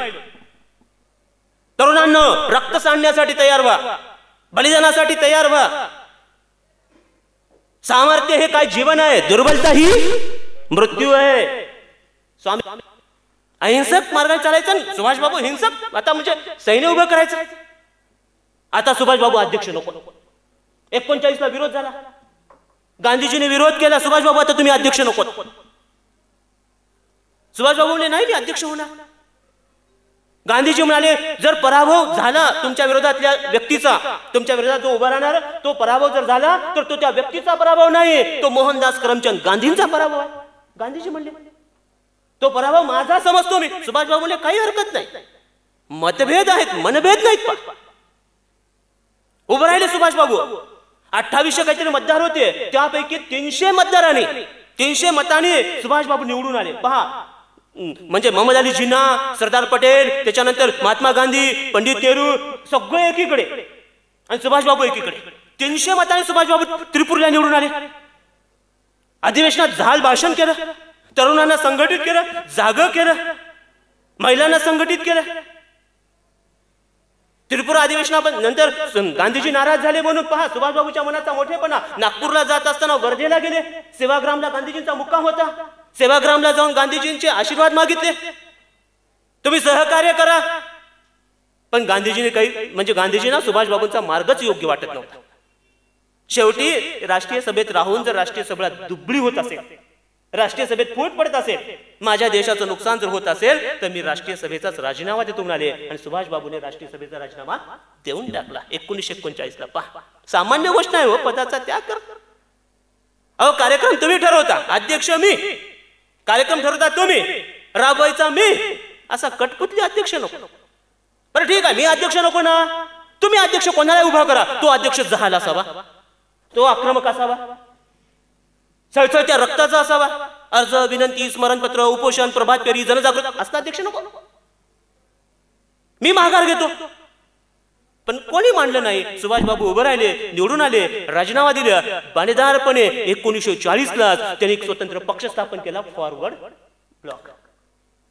1940ला पहा, राष्ट्रीय सभेत राहून जर माझी राष्ट्रीय सभा माझीच आहे ना, शेवटी पटत नाही, वैचारिक पद्धत दुबळी होत असेल, फूट पडत असेल, मी कमकुवत करणार नाही कोणत्या संघटनेला, मीच बाहेर पडतो.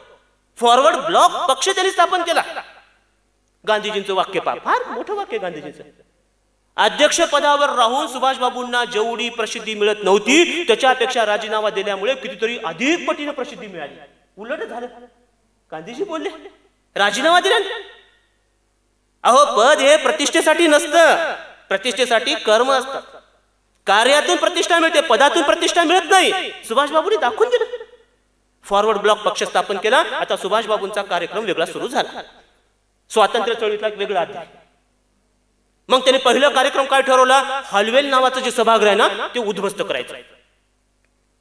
हॉलवेल सभागृह कलकत्ता शहरामध्ये, एका वाक्यात सांगतो, हॉलवेल सांगायची खूप तीव्र इच्छा आहे, पण काय, हॉलवेल उद्ध्वस्त केलं.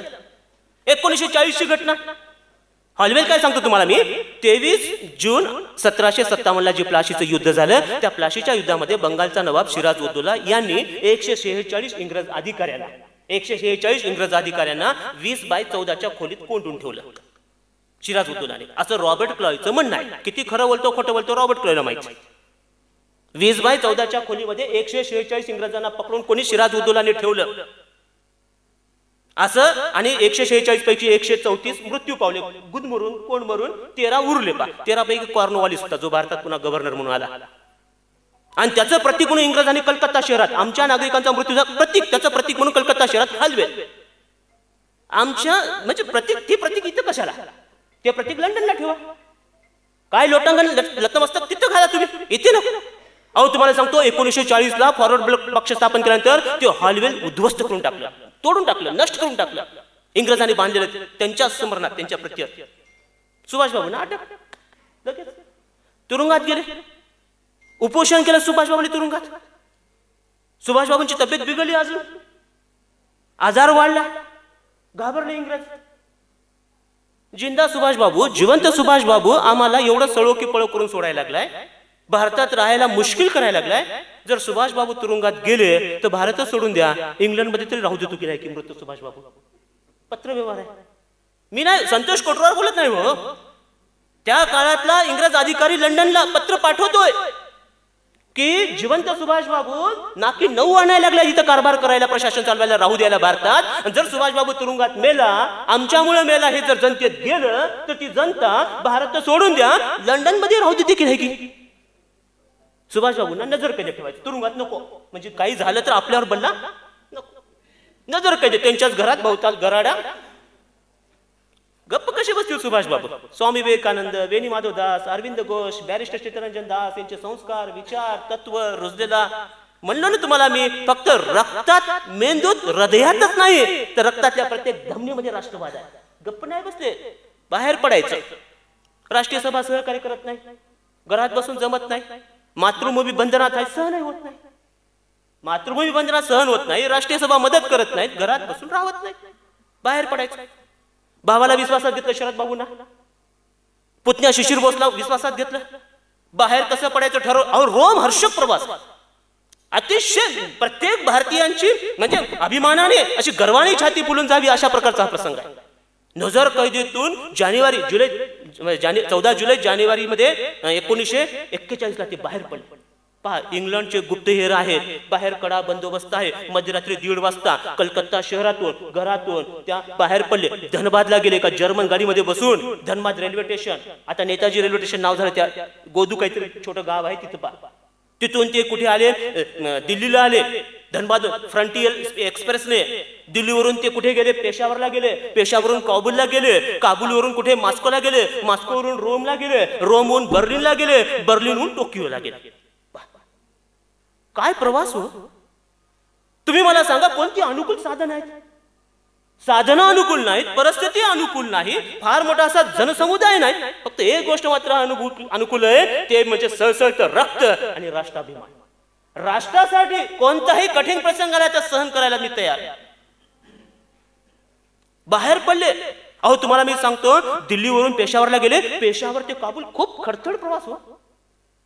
आता पेशावर ते काबूल अंतर सांगायचं म्हणजे तुम्हाला सध्या आपल्या नांदेड ते औरंगाबाद आहे ना, 250 किलोमीटर, तेवढं पेशावर ते काबूल. साधनं कोणती नाहीयेत, गुप्तहेर आहेत. चालत निघाले. विशेषतः पेशावर ते काबूल कसं प्रवास चालत आहे. कुठे काहीतरी एखादं वाहन मिळतं, एखादं ट्रक पोहोचले. पेशावरला पोहोचले आणि काबूलला पोहोचले. काबूलला एका इटालियन दूतावासाचा आधार घेऊन त्या काबूलवरून मॉस्कोला गेले. स्टॅलिनला भेटले. स्टॅलिन काय सामान्य व्यक्ती ना, रशियाचे राष्ट्राध्यक्ष.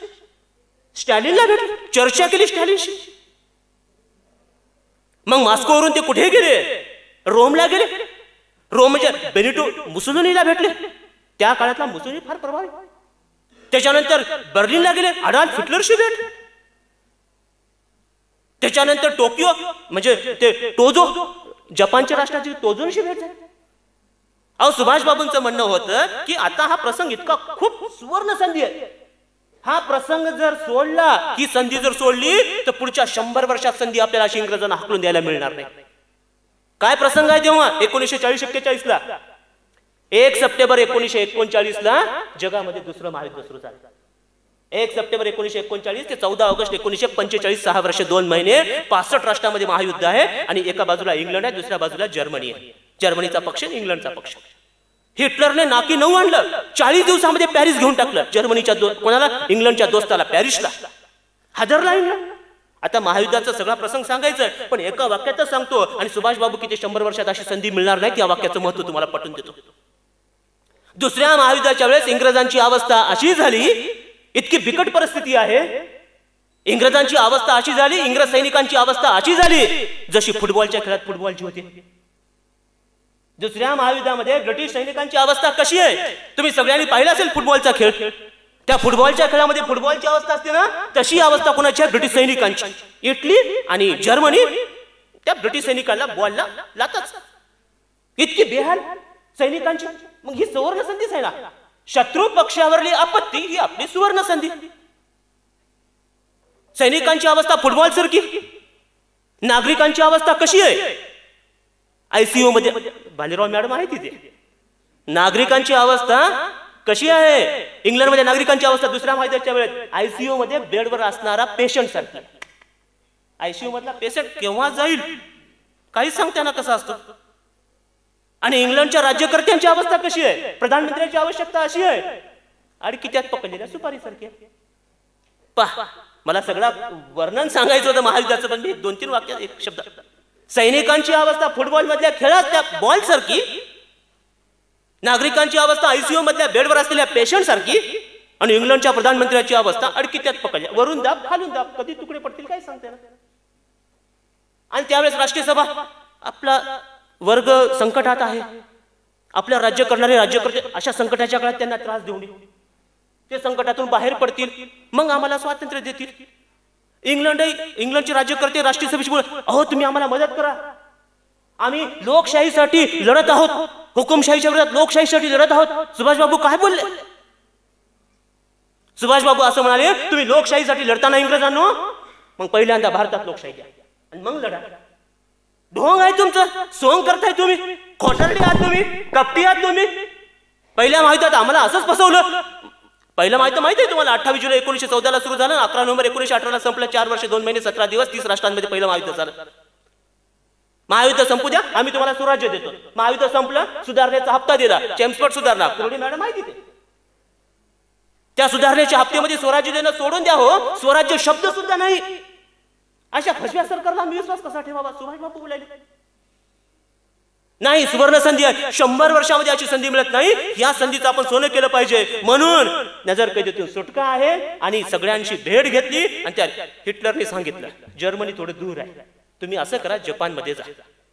अहो तुम्हाला मी सांगतो, बर्लिन ते टोकियो हा प्रवास पाणबुडीतून आहे. पाणबुडीतून प्रवास. बर्लिन पहा, युरोप, टोकियो आशिया, पूर्व आशिया, जपान. बर्लिनहून पाणबुडीतून निघाले. तो वास्को द गामा आलता की त्याच मार्गाने केप ऑफ गुड होपला वळसा घालून. आशियाचे भूशीर आपण त्याला म्हणतो. पहा, बर्लिनहून निघाले, केप ऑफ गुड होप पर्यंत आले. तिथं मग पाणबुडी जर्मनीची आली. केप ऑफ गुड होपला त्या जपानच्या पाणबुडीत बसले आणि जपानच्या पाणबुडीत बसून ते पुन्हा टोकियोला आले. टोजोला भेटले आणि ठरवलं 21 ऑक्टोबर 1943 भारताच्या इतिहासामध्ये सुवर्ण अक्षरांनी लिहिणारा दिवस आहे. कारण का 21 ऑक्टोबर 1943 ला नेताजी सुभाषचंद्र बोसने सिंगापूरला स्वतंत्र भारत सरकार स्थापन केलं. मला खासदार साहेबांना विनंती करायची होती, पण आता मी अध्यक्ष साहेबांना विनंती करतो. अध्यक्ष साहेबांच्या माध्यमातून ही माझी अपेक्षा खासदार साहेबांपर्यंत आपण पोहोचू. 21 ऑक्टोबर 1943 ला स्वतंत्र सरकार स्थापन झालं भारतामध्ये. मग तो राष्ट्रीय उत्सव का होऊ नये? 21 ऑक्टोबर, 15 ऑगस्टला झेंडावंदन होतं, 26 जानेवारीला होतं, 1 मेला होतं, 17 सप्टेंबरला होतं. मग सिंगापूरला नेताजीने 21 ऑक्टोबरला स्वतंत्र भारत सरकार स्थापन झालं. पंतप्रधान म्हणून शपथ घेतली. 13 राष्ट्रांनी मान्यता दिली. प्रशासन, कायदा, सैन्य सुरू केलं. 24 ऑक्टोबर 1943 ला इंग्लंडच्या विरोधात स्वतंत्र राष्ट्र म्हणून युद्ध घोषित केलं. सगळं स्वातंत्र्याप्रमाणे. मग का ध्वजवंदन नको हो 21 ऑक्टोबरला? अहो तुम्हाला सांगतो, 4 जुलै 1776 ला अमेरिकेचा थॉमस जेफरसनने मानवी स्वातंत्र्याचा जाहीरनामा जाहीर केला 4 जुलै 1776 ला. आणि 1781 ला अमेरिका स्वतंत्र झाला. 81 ला काही 4 जुलै नव्हता. जाहीरनामा स्वातंत्र्याचा. आज 4 जुलै अमेरिकेमध्ये मोठा सोहळा, राष्ट्रीय सण आहे, राष्ट्रीय उत्सव आहे. मग जे अमेरिकन लोक 4 जुलैला स्वातंत्र्याचा जाहीरनामा नुसता प्रकट केला तर राष्ट्रीय उत्सव साजरा करतात. आपण तर स्वतंत्र सरकार स्थापन केलं, का नाही राष्ट्रीय उत्सव? मी चिखलीकर साहेबांना विनंती करणार, तुम्ही जर हा देशाच्या सर्वोच्च कायदे मंडळात आहात, तुम्ही तिथे जर हा मुद्दा मांडलात तर कदाचित अहो मोदी साहेबांनीच पराक्रम दिवस साजरा सुरू केलाय. आणि अजून आनंदाची गोष्ट सांगतो, या वर्षीपासून प्रजासत्ताक दिनाची सुरुवात 24 जानेवारी नाहीये. या वर्षीपासून प्रजासत्ताक दिनाची सोहळ्याची सुरुवात 23 जानेवारी. प्रजासत्ताक दिनाचाच एक सोहळा म्हणजे सुभाष बाबूंची जयंती ठरवण्यात आली. आणि जर 21 ऑक्टोबरला राष्ट्रीय उत्सव म्हणून झेंडावंदन सुरू झालं, अभिनव भारत शिक्षण संस्थेच्या माध्यमातून, नेताजी कॉलेजच्या माध्यमातून हा प्रयत्न जर केला गेला तर अभिनव भारत शिक्षण संस्थेच्या आणि नेताजींचा जेव्हा इतिहास दिला जाईल सुवर्ण अक्षरामुळे की यांच्या सूचनेवरून संपूर्ण भारतामध्ये 32,87,263 चौरस किमीच्या प्रदेशामध्ये तिरंगा ध्वज फडकवण्यात येत आहे. काय वाईट आहे? काय वाईट आहे? अमेरिकेने केलं ना 4 जुलैला नुसतं स्वातंत्र्याचा जाहीरनामा नाही. स्वातंत्र्य सगळं सरकार, राजधानीचं सरकार, हिम्मत आली सुभाष बाबूंना. तोजोनी खूप मोठी मदत केली. पंतप्रधानांनी तोजोनी और रासबिहारी बोस तेव्हा तिथं होते. आहे रासबिहारीचा खूप मोठा मला इच्छा कठीण व्हायला, पण मी आवडतं घेतो. रासबिहारी बोस 1915 ला गेले तिकडं आणि तेव्हापर्यंत तिथंच आहेत जपानमध्ये. काय करायला ते सांगायची इच्छा व्हायली. तरी मला खूप आनंद व्हायला बरं तुमच्या सगळ्यांकडे पाहून. कारण का इतिहास विषय ऐकत असताना, इतिहासातल्या गोष्टी ऐकत असताना चेहऱ्यावर असे भाव आणतात की साधारणतः इथे काही म्हणजे कोणता कार्यक्रम चालू आहे की काही नाही, असं वाटतं. इतका मोठा आळस देतात की चेहरा सगळा फाक. पण इथं कोणीही आळस देत नाही. मोजके काही लोक घड्याळीकडे बघतात ज्यांच्याकडे पुढच्या कार्यक्रमाची जबाबदारी आहे. सरकार स्थापन झालं. तोजोनी काय केलेलं आहे? तोजोनी अंदमान निकोबार सुभाष बाबूंना देऊन टाकला. सुभाष बाबू अंदमानला आल्यानंतर पहिल्यांदा त्यांनी काय केलं? ज्या अंदमानच्या तुरुंगामध्ये स्वातंत्र्यवीर सावरकर होते त्या तुरुंगाला नमन केलं, त्या जागेला नमन केलं. सुभाष बाबू अंदमानला येऊन. अहो अंदमानचा तुरुंग आपण सगळ्यांनी पाहिला पाहिजे. परवालाच माझे मित्र सांगवीकर सर जाऊन आले, अंदमानमध्ये पाहून आले, तुरुंग पाहून आले. नुसतं अंदमान पाहिला पाहिजे सगळ्यांनी. सुभाष बाबूंनी नमन केले,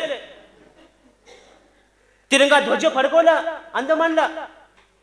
सुभाष बाबूने केव्हा 1943 ला 47ला स्वातंत्र्य आहे, 43ला ध्वज फडकवला सुभाषबाबूंनी.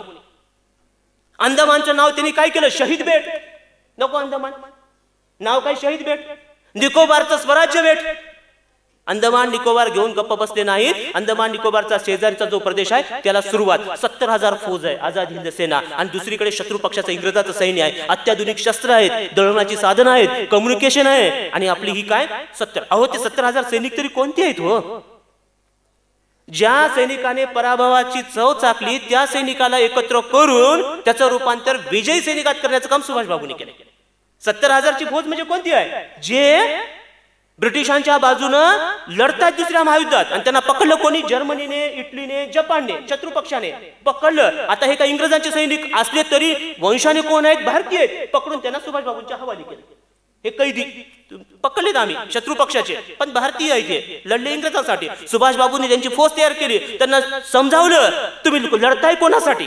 मातृभूमीच्या रक्षणासाठी का मातृभूमीवर सत्ता गाजवण्यासाठी? अशा सैनिकांना एकत्र करून त्यांनी अंदमान निकोबार सुभाषबाबूंनी घेतला जपानकडून, आणि त्याही पलीकडे कोहिमापर्यंत आले. कोहिमा म्हणजे आसाम. कोहिमा घेतलं सुभाषबाबूंनी. दुर्गम प्रदेश तुम्ही पहा नकाशामध्ये, हिमालयाचा सगळा तो पूर्वेकडला भाग दुर्गम. कोहिमा घेऊन टाक. थांबले नाही. इम्फाळ म्हणजे मणिपूर पर्यंत. अहो कोहिमा ते मणिपूर अतिशय दुर्गम, खूप प्रचंड पाऊस पडतो. चेरापुंजी, मौसिराम, त्या प्रदेशामध्ये आझाद हिंद सेनेचं सरकार तर कोहिमा घेतलं, इम्फाळ घेतलं. पण थोडं दुर्दैव, दुर्दैव असं आहे की अचानक एप्रिल मधली ही मोहीम होती, मे मध्ये पाऊस सुरू झाला मुसळधार, सैनिकांच्या हालचाली थोड्या मंदावल्या. त्यात झालं काय? त्या हिटलरने आत्महत्या केली. जर्मनीमध्ये हिटलरने आत्महत्या केली आणि इटलीच्या लोकांनी त्या बेनिटो मुसोलिनीला पकडून त्याची हत्या केली. सुभाषबाबूंचा मदत जी होती ना इटली, आंतरराष्ट्रीय पातळीवर घटना तशा घडल्या, इथं निसर्ग साथ देत नाहीये. आणि दुसरीकडे अशा सगळ्या घटना घडल्यामुळे जपानचे जे प्रमुख होते तोजो यांनी राजीनामा दिला. हिटलरची आत्महत्या, बेनिटो मुसोलिनीची हत्या, तोजोचा राजीनामा, इकडे निसर्ग साथ देत नाही, संकटात सापडले. ही सगळी परिस्थिती रंगूनला असताना, ब्रह्मदेशात असताना सुभाषबाबूंना कळाली. अशाही परिस्थितीत त्यांनी सैनिकांना एकत्रित केलं, संघटित केलं. आता आपल्याला दुसरा पर्याय पाहायचा. घाबरू नका, देशासाठी रक्त सांडण्यासाठी तयार व्हा. आता आपण स्वातंत्र्याच्या दारात पोहोचलेलो आहोत. आपण अंदमान घेतलं, निकोबार घेतलं, कोहिमा घेतलं, इम्फाळ घेतलं, गंगेच्या खोऱ्यापर्यंत पोहोचत आहोत. आणि एकदा गंगेच्या खोऱ्यात पोहोचल्यावर दिल्ली लांब नाही अशी हिंमत दिली सुभाषबाबूंनी सैनिकांना. पण झालं काय? अशा परिस्थितीमध्ये थोड्या घटना वाईट घडल्या. सुभाषबाबूंना मग परत जपानला जायचं होतं, टोकियोला. रंगून ते निघाले. पहिल्यांदा बँकॉकला गेले, बँकॉकहून सायगावला गेले, सायगावून इंडो चायनाला गेले, इंडो चायनावरून मांचुरिया मार्ग, तैवानहून मांचुरिया मार्ग त्यांना टोकियोला जायचं होतं. 18 ऑगस्ट 1945 चा दिवस. तैवानवरून विमान उडालं. काय घडलं अजूनही पत्ता नाही. कालांतराने विमान कोसळलं. सुभाषबाबूसह प्रवासी त्यांचे संपले. 18 ऑगस्ट 1945. दुर्दैव भारताचं. जर सुभाषबाबूंना अजून काही आयुष्य जर मिळालं असतं तर 1943 ला दिल्लीला लाल किल्ल्यावर तिरंगा ध्वज फडकला असता. 15 ऑगस्ट 47 ची वाट पाहायची गरज नाही. दुर्दैव. अहो सुभाषबाबूंना फक्त 48 वर्ष आयुष्य मिळालं हो. काय भारताचं दुर्दैवच पहा. ज्यांचं कार्य महान आहे, कर्तव्य आहे, राष्ट्रसेवेसाठी समर्पित आहे, त्यांना आयुष्य फार कमी आहे. धर्म आणि संस्कृतीचं रक्षण करणाऱ्या शिवाजी महाराजांना 50 वर्षाचं आयुष्य. 19 फेब्रुवारी 1630 ते 3 एप्रिल 1680. इष्ट असेल ते बोलणार, साध्य असेल ते करणार, ठणकावून सांगणाऱ्या गोपाळ गणेश आग्रकरांना 39 वर्ष आयुष्य. समतेचं आणि आरक्षणाचं राज्य निर्माण करणाऱ्या कोल्हापूरच्या शाहू महाराजांचं 48 वर्ष आयुष्य. स्वामी विवेकानंदांचं 39 वर्ष आयुष्य. एवढं दूर चालवत आपण ज्या पवित्र वास्तू परिसरामध्ये आपण राहतो, पावन भूमीमध्ये राहतो, ज्यांच्याकडे शक्ती आणि भक्ती आहे, ज्यांच्याकडे शस्त्र आणि शास्त्रही आहे, अशा गुरु गोविंद सिंगांना फक्त 42 वर्ष आयुष्य. काय दुर्दैव भारतीयांचं.